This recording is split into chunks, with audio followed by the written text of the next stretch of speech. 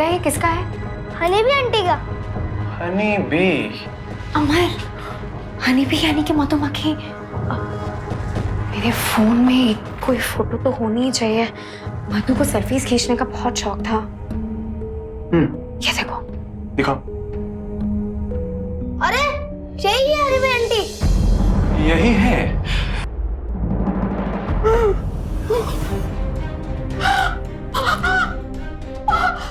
15 minute के लिए होश आया था इंस्पेक्टर साहब। कोई मीनू और मोनू का नाम ले रहे थे ये।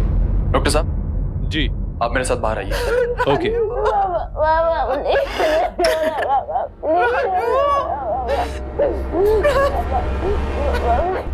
नमस्कार, मैं सुशांत सिंह आपका स्वागत करता हूं सावधान इंडिया की इस नई सीरीज नकाब। एक किस्सा 5 हिस्से में। एक घटना के कई पहलू थे। कई लोगों ने पहने हुए थे झूठ के नकाब। एक एक करके सारे नकाब उतरेंगे अगले 4 दिनों में और इस घटना के पीछे छिपे हर रहस्य का होगा पूरा खुलासा। इस केस का इकलौता चश्मदीद गवाह जो इस भयावह हत्याकांड का खुलासा कर सकता था, अब वो खुद इसका शिकार हो चुका था। राजू दास की मौत के बाद अब इस केस की छानबीन महज अटकलों और तीनों मृतकों के बारे में दूसरों के बयानों पर टिकी थी। लेकिन कौन सच बोल रहा था और कौन झूठ बोलकर इस तफ्तीश को भटका रहा था, आइए देखते हैं नकाब एक किस्सा 5 हिस्से की दूसरी कड़ी। कितनी देर के लिए होश आया था उसे? 15 मिनट के लिए होश आया था इंस्पेक्टर साहब। आपने एक भी मिनट के लिए अकेला छोड़ा उसे? हाँ सर, मैं 5 मिनट के लिए बाहर गया था कुछ इनके लिए दवाइयाँ लेने के लिए। और इन 5 मिनट में आपने किसी को भी अंदर आते या बाहर जाते हुए देखा? नहीं। आप ये बात क्यों पूछ रहे हैं? क्योंकि हो सकता है इन्हीं 5 मिनट में किसी ने राजू की हत्या कर दी। मृणाल अब कैसी है? की बोल, कुछ खाती नहीं है, दरवाजा भी बंद रखा हुआ है। बेचारी अपने बाबा से बहुत प्यार करती थी। इस तकलीफ की घड़ी में भगवान उसे हिम्मत दे।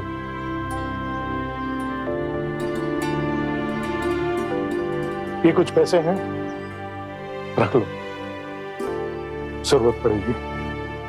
लीजिए। सर, इसकी जरूरत नहीं पड़ेगी।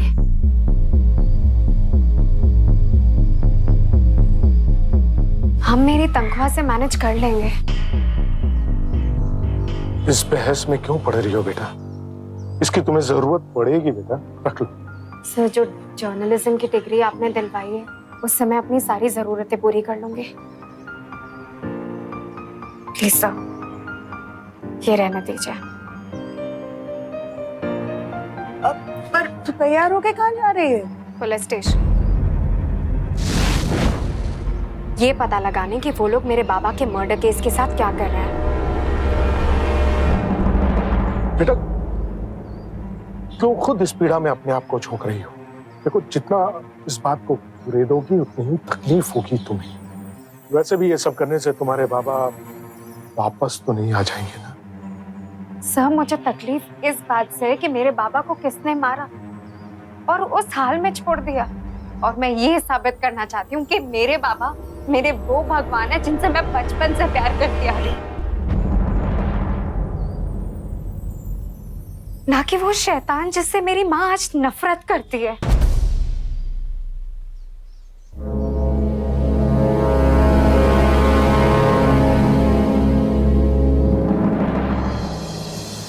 भाई, मरने वाले के फोन से कोई काम की बात पता चली के? मधुरी माँ को फोन कौन नहीं मिले सर जी। और राजू के फोन से सिर्फ इतना ही पता लगा है कि एसएमएस के नाम पर फालतू के फॉरवर्ड्स, वो भी सारे बेच। और दूसरी तरफ अजय बिहारी के मोबाइल का मेमोरी कार्ड खराब हो गया है। बाकी कॉल हिस्ट्री से सिर्फ इतना ही पता लग सका है कि राजू आखिरी फोन अपनी घरवाली ना करे, वो भी रात 12:10 पर, जो कि 1 मिनट से ज्यादा बात को नहीं चली। गए हो लो कि आज रात ने मैं घरा को नहीं आशू और पीकी लुगाई भी कही होली मत आ जाओ। बाकी दूसरी तरफ अजय बिहारी ने मधु ने रात 3:25 पर कॉल कर, जो कि 2 मिनट से ज्यादा बात को नहीं चली। ये बात आप फोन देखकर बता रहे हैं या फिर बिल देखकर बता रहे हैं? फोन देखकर बता रहे हैं मैडम जी। फोन में ना एक ऑप्शन होता है कॉल हिस्ट्री का, जिसके साथ आप छेड़छाड़ भी कर सकते हैं। तो फिर आप ये कैसे कह सकते हैं कि यही लास्ट कॉल्स थे? दोनों फोन नंबर्स के बिल्स निकलवाओ जल्दी। ठीक है सर जी।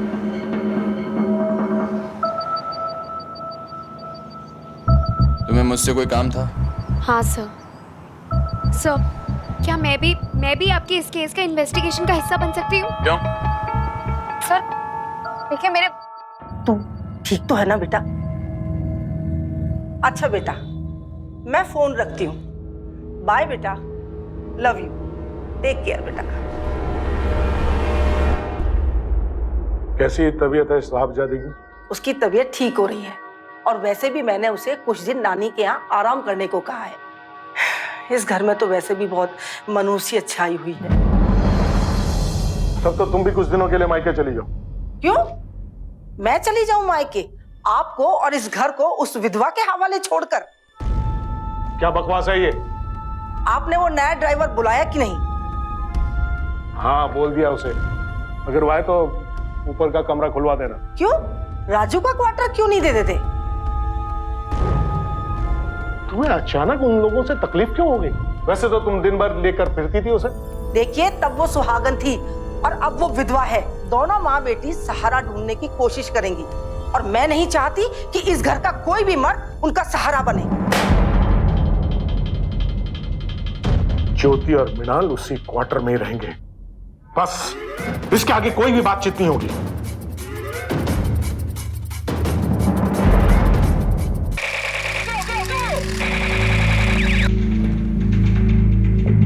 घर में कोई छोटा बच्चा है? ये खिलौना? नहीं बेटा, ये तो अपनी दोस्त की बच्ची के लिए मेरी बेटी खरीद के लाई थी एक दिन पहले। मैं आपका दर्द समझ सकती हूँ। मेरे बाबा भी। बेटा, जाने के दिन तो मेरे थे। मेरी बेटी चली गई, मुझे अकेला छोड़ गई। मैं तो वैसे भी अकेली थी, लेकिन कभी कभी उसकी शक्ल देख लिया करती थी। कभी कभी मैं कुछ समझा नहीं। काम के सिलसिले में रात रात बाहर चली जाती थी। न उसके आने का पता था, न कुछ जाने का नियम। आप कह रही हैं कि वो रात को आती जाती रहती थी, तो आने जाने के लिए ऑटो या गाड़ी क्या? नहीं बेटा, उसे प्रेस की गाड़ी लेने आती थी और छोड़ने जाती थी। आंटी, उसके ड्राइवर के बारे में आपको कुछ पता है? उसका नाम कुछ? हाँ बेटा, उसका नाम राजू था और बहुत भला इंसान था। उसकी मधु की तबीयत बहुत खराब हो गई, बहुत कमजोर हो गई थी। तो एक दिन तो वो उसे घर तक लेकर आया। अरे क्या हुआ मधु? नमस्कार माता जी। नमस्ते। कुछ नहीं माँ, हल्का सा बुखार है। तू आराम कर, मैं तेरे लिए दवा लेकर आती हूँ। क्या हुआ था मधु को? वो कमजोर थी? 2-2.5 महीने से काफी बीमार चल रही थी। कुछ चोटों के निशान भी थे। यहाँ सिंधी कैंप पे कोई डॉक्टर था जिससे दवाई भी लेने जाया करती थी। आपने कहा कि मधु को चोटों के निशान थे, तो किस तरह की चोटें थी और कहाँ थी? तो बेटा ये तो मुझे नहीं पता, लेकिन एक दिन मैंने उसकी आस्तीन फटी हुई देखी। ये क्या राजू, ये क्या हुआ? कुछ नहीं माँ, रैली कवर करने गई थी, बस ये चोट। पथराव हो गया।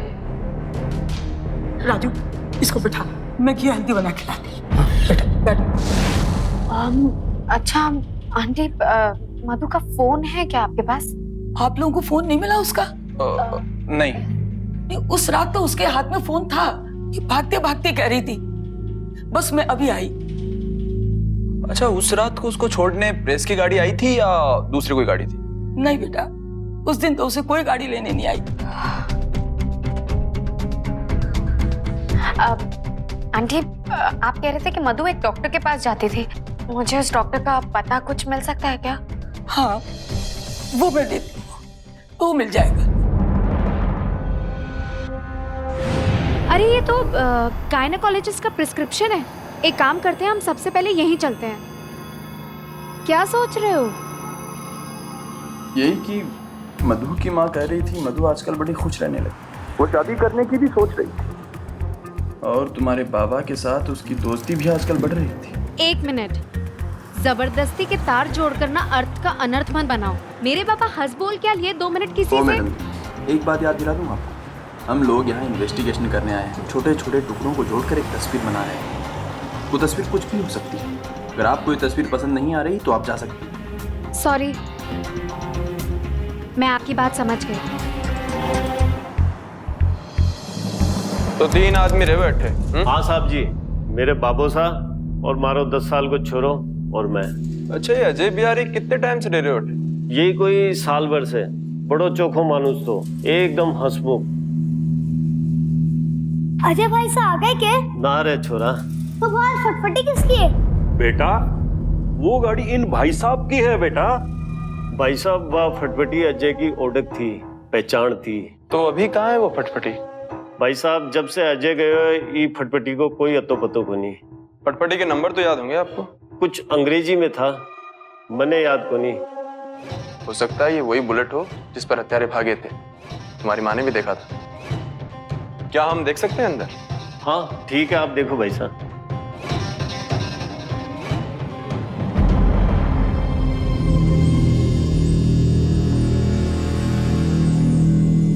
ये रहे अजय बिहारी के गाड़ी के पेपर्स और ये रहे उसके नंबर। अब इनके सहारे से हम हत्यारों तक पहुंच सकते हैं।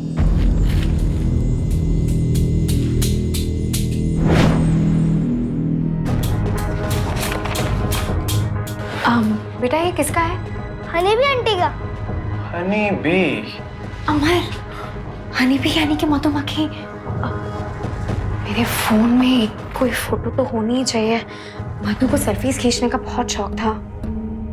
ये देखो। दिखाओ। अरे यही है हनी भी आंटी।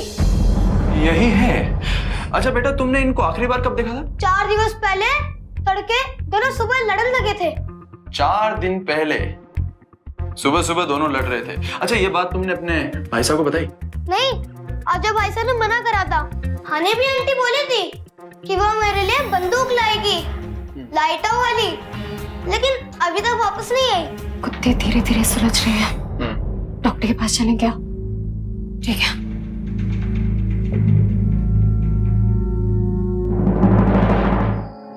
अंकल वो एक्चुअली बस इतना पता चला कि अजय बिहारी और मधु के बीच में काफी करीबी रिश्ता था। अच्छा, तुम्हारे बाबा और मधु के बारे में कोई खबर या सुराग? मधु की माँ से मिली थी मैं। उन्होंने बताया कि बाबा मधु को कभी कभी छोड़ने आया करते थे और उन दोनों के बीच में अच्छी दोस्ती भी थी। मृणाल, इससे तुम कुछ भी साबित नहीं कर सकती। राजू एक बहुत ही खुशमिजाज आदमी था, सबका दोस्त था। ओवरऑल वो सही और गलत के मामले में बहुत ही जागरूक इंसान था। ऐसा आदमी किसी के साथ गलत कर जाए, धोखा दे जाए, सोच भी नहीं सकता। Thank you so much uncle. इस वक्त एक आप ही हैं जो बाबा के फेवर में बोल रहे हैं। And you have no idea कि मुझे उससे कितनी ताकत मिल रही है। Thank you uncle.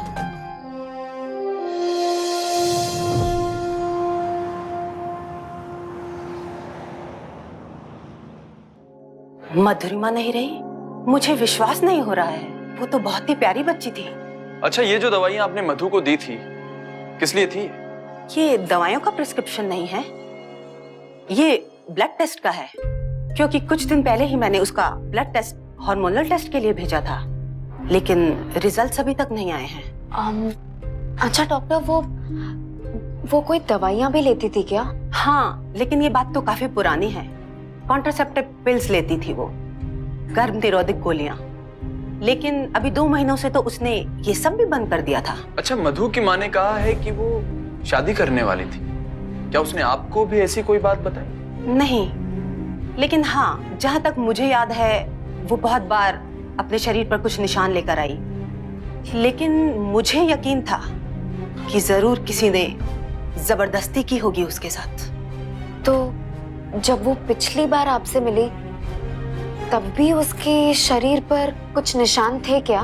नहीं, पिछले कुछ अरसे से तो वो मुझे काफी खुश नजर आती थी और कॉन्ट्रासेप्टिव पिल्स भी नहीं ले रही थी वो।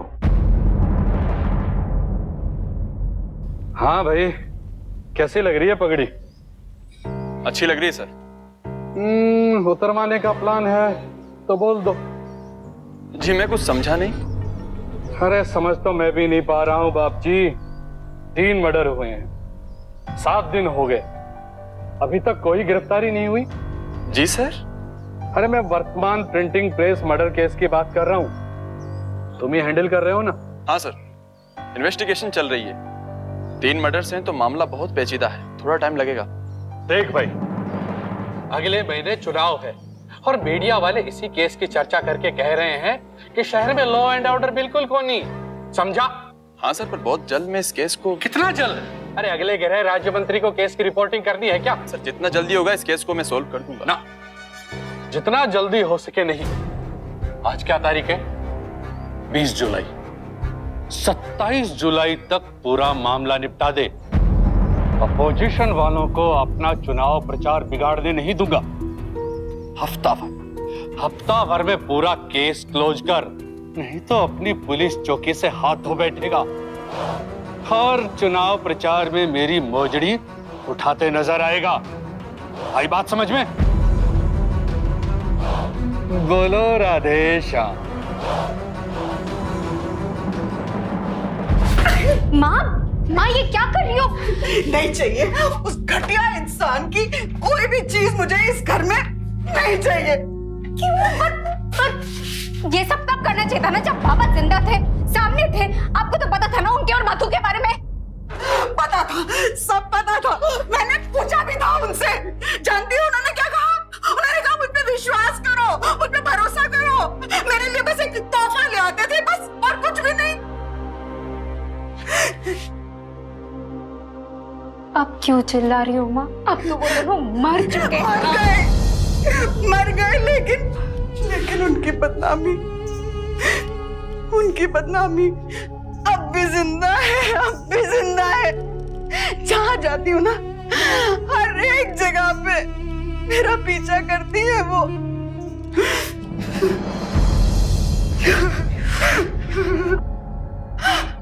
माँ ये घर मेरा भी है और जितना हक आपका है ना बाबा के सामान पर, उतना हक मेरा भी है। तो दोबारा प्लीज बाबा की चीजों को हाथ मत लगाइएगा। आपको पता है माँ, जिस दिन आपको पता चलेगा ना कि बाबा एकदम निर्दोष थे, उस दिन आप अपने आप को कभी माफ नहीं कर पाओगे।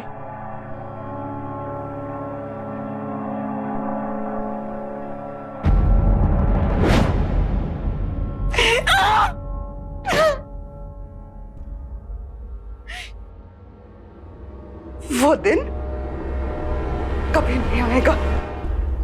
अपने पिता के नाम पर लगा कलंक मिटाने के लिए मृणाल इंस्पेक्टर अमर मिश्रा के साथ तेजी से आगे बढ़ रही थी। बहुत ही कम समय में वो अजय बिहारी और मधु के संबंधों को भी ठीक से समझ चुकी थी। हालांकि उसके पिता का नाम अब भी मधु के साथ जुड़कर आ रहा था, लेकिन उसे पूरा यकीन था कि अगर इन्वेस्टिगेशन इसी रफ्तार से चलता रहा तो वो बहुत जल्द राजू दास के नाम पर लगा बदचलनी का दाग मिटा पाएगी। लेकिन अब जो हुआ उसके लिए मृणाल बिल्कुल तैयार नहीं थी। और सर, हुआ ये होगा कि अजय बिहारी और मधुरिमा के बीच प्रेम संबंध थे, ये बात साफ हो चुकी है। अजय बिहारी मधुरिमा पर हाथ भी उठाता था, ये बात भी साफ है। लेकिन सर इसका कोई हमें अभी तक प्रूफ नहीं मिला है। उस बच्चे की गवाही थी ना, उससे साफ पता लगता है कि दोनों में झगड़ा हुआ था। अजय बिहारी मधुरिमा को बार बार पीटता था और तुम्हारे बाबा के रूप में उसे एक कंधा मिला। दोनों के बीच नजदीकियां बढ़ी और जब तुम्हारे बाबा और मधुरिमा एक दूसरे के बहुत करीब आ रहे थे तो अजय बिहारी ने एंट्री मारी। उसने तुम्हारे बाबा पर अटैक किया और तुम्हारे बाबा ने अजय बिहारी पर, और इसी झगड़े में मधुरिमा मारी गई। पर सर आपकी थ्योरी के हिसाब से मरने वाला और मारने वाला दोनों एक ही जगह पे थे, प्रेस में, तो आप किसने पर डॉग्स किसे सूंघते हुए गए? हो सकता है अजय बिहारी को ये बात पता चल गई हो कि तुम्हारे बाबा और मधुरिमा चौबे के बीच कुछ चल रहा है। उसने अपने दोस्तों को रेडी रखा होगा, जब उन्होंने यहाँ देखा तो डर कर भाग गया। That's it। पर सर एक मिनट, मुझे थोड़ा टाइम दे दीजिए। मृणाल टाइम ही तो नहीं है मेरे पास, ऊपर से बहुत प्रेशर है मुझ पे। मेरा ट्रांसफर भी हो सकता है। अगले 7 दिन में मुझे ये केस क्लोज करना है। आई एम सॉरी, मैं कुछ नहीं कर सकता।